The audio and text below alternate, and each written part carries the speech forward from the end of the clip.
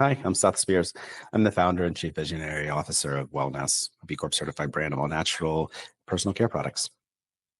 And do you have a story that you can tell us, of spiritual or divine or mystical?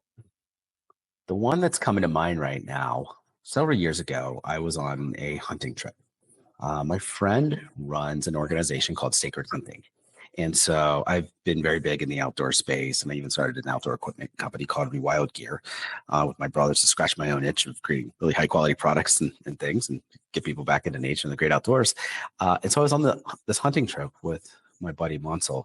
And so he leads people through who are new to hunting. And while I was not new, I wanted to experience it because part of what he does is he teaches some indigenous practices and just to get more connected with the land, with the animals, and just our food supply. And so, as part of that, he leads everyone through a psilocybin ceremony. So, not while we're hunting, kind of in preparation for it. So we did a couple of grams of mushrooms, and I was laying under this tree, just meditating and thinking about my life and everything that had transpired. And this deer runs by. I was like, "Whoa, that was wild. That feels pretty significant." And then as I'm continuing to sit there and meditate, I started thinking about my family, my kids. So I had recently gone through a divorce, and I was thinking about what it means to be a father and to be a good father, and how do I navigate that with this new life of being single and no longer being with my children all the time. And I thought about my own childhood and my relationship with my own father, and how all I ever wanted from him was just for him to come and play sports with me, because I've always been very active. I loved athletics. I love sports. And I just wanted him to play catch or shoot hoops. And that was not something that he enjoyed. He was always very busy working and just didn't do that very much. So I said, when I have kids, sons specifically, I'm going to play sports with them. I'm going to give them the childhood and the thing that I didn't have, so that I can do better than he did. Well, what's really interesting is that my boys did not want to do that. And so I encouraged / forced them to play and baseball and other sports. And they pushed back and they didn't enjoy it. And so I'm like, okay, I'm going to stop doing that. So what I realized during this psilocybin experience was that I was doing the same thing that my father had done. I was trying to force my wishes, my beliefs onto them and the things that I enjoyed. Like he always encouraged me to work and do projects and things which I hated. And so I realized I was doing the same thing to my sons. But at the end of the day, the thing that I care most about is for them to be happy. I just want to spend time with them. I want them to do those things that lights them up, that brings them joy. And so what if I just let go of that need to impose my wishes on them and just got interested, just got curious in what they're interested in, so that we could have a better relationship. And so I did. So it really changed the course of how I looked at being a father and what those activities and things I do with them. And what's really interesting about that is when I let that go, then they started getting interested in sports and they wanted me to do stuff with them. So Wow. it's kind of a radical transformation and just understanding of what it means to be a father and how to relate to them. I love that. So obviously, like, change in your life, you could read 1,000 articles, you could watch 1,000 documentaries, and get a bunch of information about like how you could do things better. But instituting that change and truly letting go and not getting in your own way takes a fundamental shift in belief a lot of the times, right? Like you have to change your habits. You have to change sometimes your character, right? There has to be something that really, like, either you, by force of will and by force of technique and habit, you bring about those changes, or something profound happens to you and you're able to make that change all of a sudden. And so in the day to day, when you're talking with the boys 3, 4 weeks later, months later, were you catching yourself doing the same old thing and kind of imposing your will on them, and then you just had this awareness now? Or was it like as soon as you had this profound experience, you were able to make those changes right away, and you didn't really ever go back to imposing your will on them? How did you functionally change for the better long term after that experience? For the most part, I was just more consciously aware of when I was doing it. And so whenever I would ask them something, if they wanted to go shoot hoops or play catch, I didn't feel the need to pressure them. So it's like, hey, if you want to, great. If not, no big deal. So there were times when I would catch myself before trying to impose my will or wishes or desires on them. And other times where I was just very conscious and thinking about it from, okay, is this something that they would like or not? And I think not putting pressure on them anymore. So it was taking away my own need, and just being open to, or having them be open to the suggestion and just putting it forth as, hey, if you want to do this, great. If not, no big deal.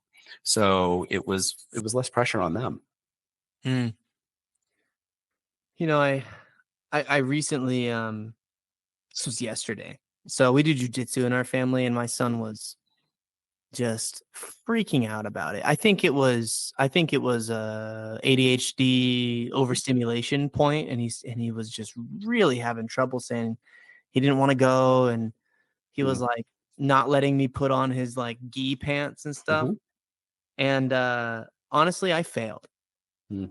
I failed, dude. Like I raised my voice. I was like aggressive. I was not listening to him. I told him to shut up, right? Like, dude, and debriefing on it, I thankfully he's a kid. He mostly forgot about everything the next morning, and we were had another opportunity this morning to smooth it over and keep on going. Felt awful, right, last night. And I find myself having, like, he knows my buttons to push. He knows, or maybe I just have easy to press buttons, really sensitive buttons. And like whining. I hate whining. It chaps me to my core. And so if he can do anything but whine, but that seems to be the default, is just to whine. Mm-hmm. So somebody like me who's experiencing that friction with my kiddo, what kind of advice do you have for me to overcome those feelings, to let go a little bit more, and to put less pressure on them? How can I do it? I had a therapist several years ago that told me that children are our biggest teachers. They are here to help us grow and evolve. They are a compilation of us, both us as fathers and their mother. And so because of that, they are put onto this earth to help us to learn lessons that we wouldn't otherwise. And so often because of that, they're going to push those buttons. Maybe it's intentional, maybe it's not. Doesn't really matter either way. The fact is it's going to happen. And so it gives us the opportunity to slow down, be a little bit more conscious in our response, and to really learn patience and understanding and empathy. And I have failed so many times with my own children over the years, so many times. And I feel terrible about it. And so, but then that does give me the opportunity to say, hey, listen, I lost my temper. I yelled at you. I'm sorry. Please forgive me. And just have those conversations with them where it's not about breaking rapport. It's about what you do to rebuild rapport with them. And I think that's true for any relationship, because misunderstandings, fights, arguments, that's going to happen with anyone who you're close to, any type of relationship. And so you can either let that define it and hurt it, or you can use that as an impetus to make it better and build it even stronger. I'm realizing in this moment as well that most of the things that I said to him yesterday, I should have taken as my own advice, right? Like I'm thinking back, and me complaining about him whining is an awfully familiar form of whining. I should have shut up. I should have shut my mouth and just breathed, like tried to listen to the hum of the car while we were driving to jujitsu. And like the ironic part about it is he ended up going, and he had an amazing time and was totally in good spirits after it. And so if I would have just taken my own advice from literally the things that I was saying to him were the things in this moment I'm realizing I needed to hear myself. Yeah. And that can be so challenging. Like my daughter, she is almost 12, and we can butt heads very often, and she will cut off her nose to spite her face many times. She's just can be so stubborn about things, and there's no logic behind it. She'll get an idea in her head, and this is the way it is. It's like just this need to be right and to prove herself. And so it always causes me to think, when am I doing that? There you are. Yeah. When is my need to be right and to get my way so important that I'm losing all rationality and forgetting to look at the bigger picture and say, what's the meaning behind this? What is the actual goal or objective we're trying to get here? Do I have to be right, or can I be understanding and see where the other person's coming from? And maybe I'm not right. Maybe I am wrong. And can I be open to that? Seth, where can everyone find you? SethSpears.com is my website. On Instagram @Spears Marketing. Those would be the two primary places. Awesome. Thank you so much for coming on the show. Thanks a lot.